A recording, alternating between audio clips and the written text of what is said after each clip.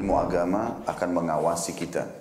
Sebelum makan, sebelum minum, sebelum berteman, sebelum mencari pendapatan, maka ilmu agama akan berbicara dengan kita. Ini boleh atau ini tidak boleh. Oleh karena itu, ulama mengatakan kita lebih butuh terhadap ilmu agama ini daripada makanan pada saat sangat lapar, air pada saat sangat dahaga, dan juga tempat tidur pada saat kita sangat capek. Ghazwa TV, media dakwah masa kini. Yuk jadi bagian dari dakwah kami. Dukung operasional dakwah dan sosial kami, raih pahala amal jariah yang terus mengalir sampai hari kiamat. Innal hamdalillah nahmaduhu wa nasta'inuhu wa nastaghfiruh wa na'udzu billahi min shururi anfusina wa min sayyiati a'malina.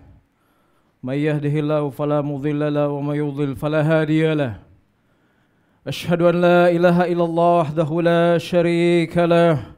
وأشهد أن محمدا عبده ورسوله لا نبي بعده يا أيها الذين آمنوا اتقوا الله حق تقاته ولا تموتن إلا وأنتم مسلمون يا أيها الناس اتقوا ربكم الذي خلقكم من نفس واحدة وخلق منها زوجها وبث منهما رجالا كثيرا ونساء واتقوا الله الذي تساءلون به والأرحام إن الله كان عليكم رقيبا يا أيها الذين آمنوا اتقوا الله وقولوا قولا سديدا يصلح لكم أعمالكم ويغفر لكم ذنوبكم ومن يطع الله ورسوله فقد فاز فوزا عظيما أما بعد فإن أصدق الحديث كتاب الله وخير الهدي هدي محمد صلى الله عليه وسلم وشر الأمور محدثاتها وكل محدثة بدعة وكل بدعة ضلالة وكل ضلالة في النار. Saudara-saudaraku sekalian, jamaah Jumat rahimani wa rahimakumullah.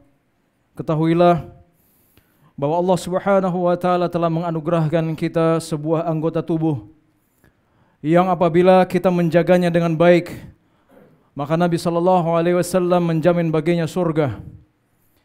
Itulah lisan kita, saudara-saudaraku sekalian. Sebuah nikmat yang tatkala kita tidak mensyukurinya, maka dia akan menjadi malapetaka bagi diri kita di dunia maupun di akhirat.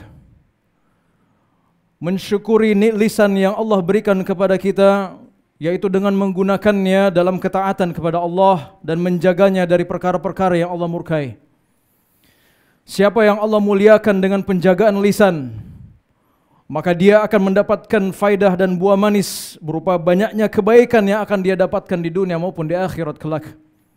Dan siapa yang Allah hinakan dengan buruknya lisannya, maka dia akan menemui banyak malapetaka dan musibah. Berapa banyak orang pada hari ini terpecah belah akibat lisan? Berapa banyak orang pada hari ini terenggut nyawanya akibat lisan yang buruk? Bahkan seringkali kita dengar bahwa lisan itu lebih tajam dari pedang dan lebih banyak memancing dosa ketimbang pahala kebaikan. Ingatlah saudara-saudaraku sekalian, Nabi sallallahu alaihi wasallam pernah bersabda, "Man yadman li baina lahyai wa ma baina rijlaihi, adman lahul jannah." Siapa yang menjamin untukku sesuatu yang berada di antara jenggotnya yaitu lisannya dan di antara kedua kakinya yaitu kemaluannya, maka aku akan menjamin baginya surga. Siapa yang menjamin sesuatu yang ada di lisannya, dia berkata dengan perkataan yang baik, dia menjaga lisannya dari lisan yang buruk, maka Nabi SAW berkata, aku akan menjamin baginya surga.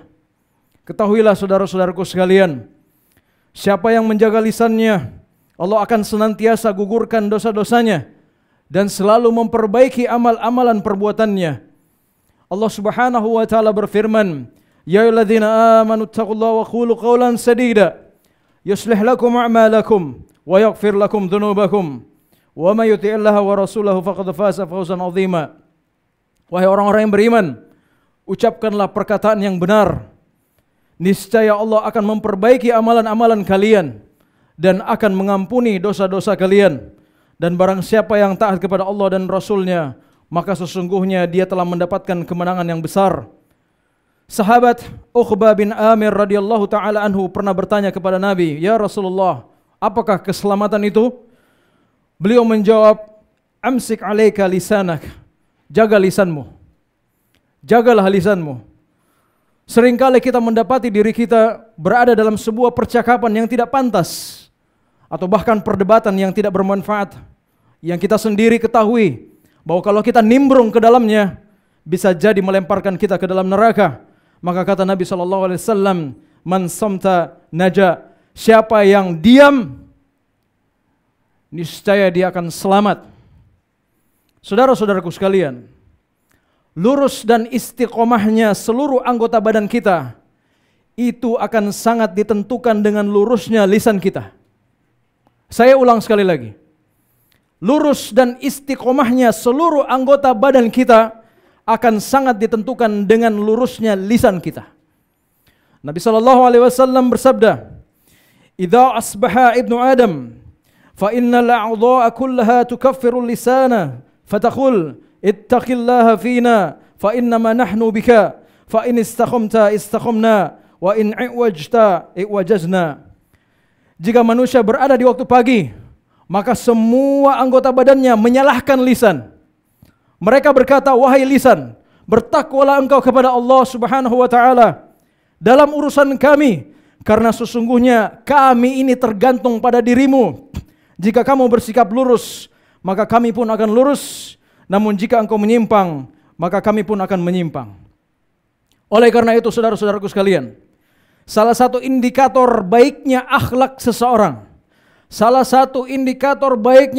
seseorang, adalah baiknya lisannya. Dan lisan itu sendiri adalah cerminan dari hatinya. Ibnu Qayyim rahimahullah ta'ala pernah berkata, orang yang buruk akan terpancar dari hatinya kebusukan melalui lisannya dan anggota badannya. Sedangkan orang yang baik akan terpancar kebaikan dari lisan dan anggota badannya pula. Maka kata Nabi SAW, "Inna min ahabbikum ilayya wa akhrabikum minni majlisan yawmal qiyamah ahasinakum akhlaqa."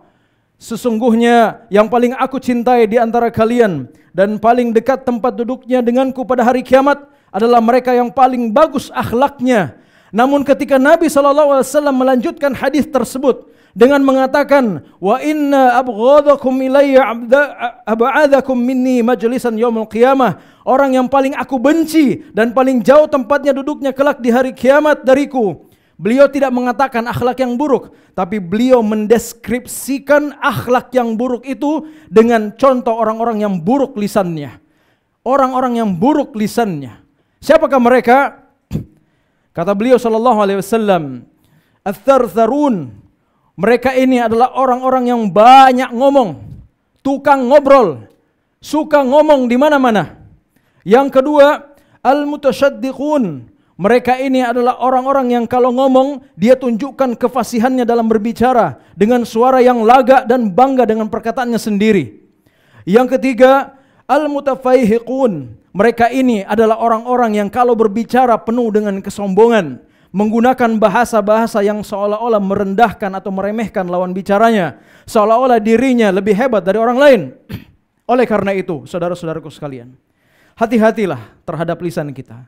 Nabi SAW bersabda, "Wa hal yakubbun nasa finnar ala wujuhim aw ala manakhirhim illa hasaidi alsinatihim." Tidaklah manusia itu disungkurkan ke dalam neraka di atas muka dan hidung mereka, melainkan disebabkan ucapan lisan mereka. Tahanlah lisan kita sekuat mungkin, karena itulah pokok dari segala kebaikan. Yunus bin Ubaid rahimahullah ta'ala pernah berkata, "Ma ra'aitu ahadan lisanahu minhu ala bala illa ra'aitu dzalika salahan fi sa'ir amalihi."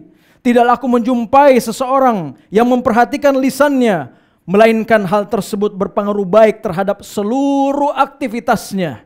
Dan Yahya bin Katsir rahimahullah ta'ala pernah berkata, tidaklah seseorang ucapannya baik kecuali akan tampak pada aktivitasnya seluruhnya. Dan tidaklah jelek ucapannya kecuali akan tampak pula pada semua aktivitasnya.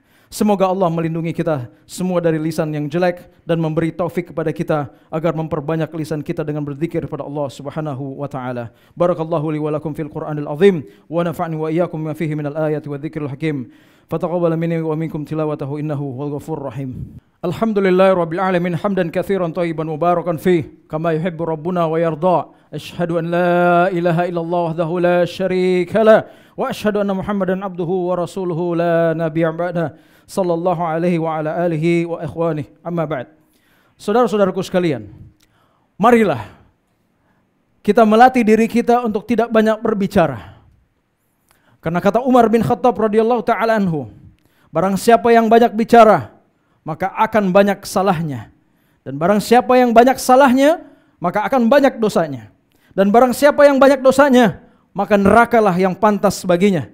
Sufyan ats-Tsauri rahimahullah ta'ala pernah berkata, berhati-hatilah kamu dari yang merusak agamamu. Dan yang merusak agamamu adalah bergaul dengan orang-orang yang pandai bersilat lidah, yaitu orang yang banyak bicaranya. Kebanyakan dari lisan kita mengeluarkan kata-kata dan kalimat yang tidak bermanfaat, sehingga seringkali menjerumuskan kita sendiri ke dalam dosa. Maka biasakan lisan kita basah dengan berzikir pada Allah, seperti yang dicontohkan oleh baginda Nabi sallallahu alaihi wasallam. Aisyah radhiyallahu taala anha berkata, "Kana Nabi sallallahu alaihi wasallam yadhkurullah ala kulli ahyanih." Adalah Nabi sallallahu alaihi wasallam selalu berzikir kepada Allah, mengingat dalam setiap keadaan beliau. Dan ketika kita mampu untuk menjaga lisan kita dengan baik, maka insyaallah taala kita akan mengakhiri hidup kita dengan baik pula. Kenapa saudara-saudaraku sekalian? Karena kebiasaan lisanmu adalah gambaran kondisi akhirmu. Ibnul Jauzi rahimahullah ta'ala pernah berkata, barang siapa yang menjaga lisannya di dunia karena Allah, maka Allah akan memberikannya kemampuan untuk mengucapkan syahadat ketika dia wafat dan bertemu dengannya. Dan barang siapa yang membiarkan lisannya mencela kehormatan kaum muslimin dan juga mengikuti aib-aib mereka, suka menggibah dan sebagainya, maka Allah akan menahan lisannya dari mengucapkan syahadat ketika dia wafat. Wal na'udzubillah. Innallaha wa malaikatahu yusholluna 'alan nabi ya ayyuhalladzina amanu shallu 'alaihi wa sallimu taslima. Allahumma shalli 'ala Muhammad wa 'ala ali Muhammad kama shallaita 'ala Ibrahim wa 'ala ali Ibrahim innaka Hamidun Majid. Allahumma ighfir lil muslimina wal muslimat wal mu'minina wal mu'minat al ahya'i minhum wal amwat innaka sami'un qaribun mujibud da'wat. Rabbana la tuzigh qulubana ba'da idh hadaytana wa hab lana min ladunka rahmatan innaka antal wahhab. ربنا ظلمنا أنفسنا وإن لم تغفر لنا وترحمنا لنكونن من الخاسرين ربنا آتنا في الدنيا حسنة وفي الآخرة حسنة وقنا عذاب النار عباد الله إن الله يأمركم بالعدل والإحسان وإيتاء ذي القربى وينهى عن الفحشاء والمنكر والبغي يعظكم لعلكم تذكرون فاذكروا الله العظيم يذكركم واشكروه على نعمته ويزدكم ولذكر الله الأكبر والله يعلم ما تصنعون. الصلاة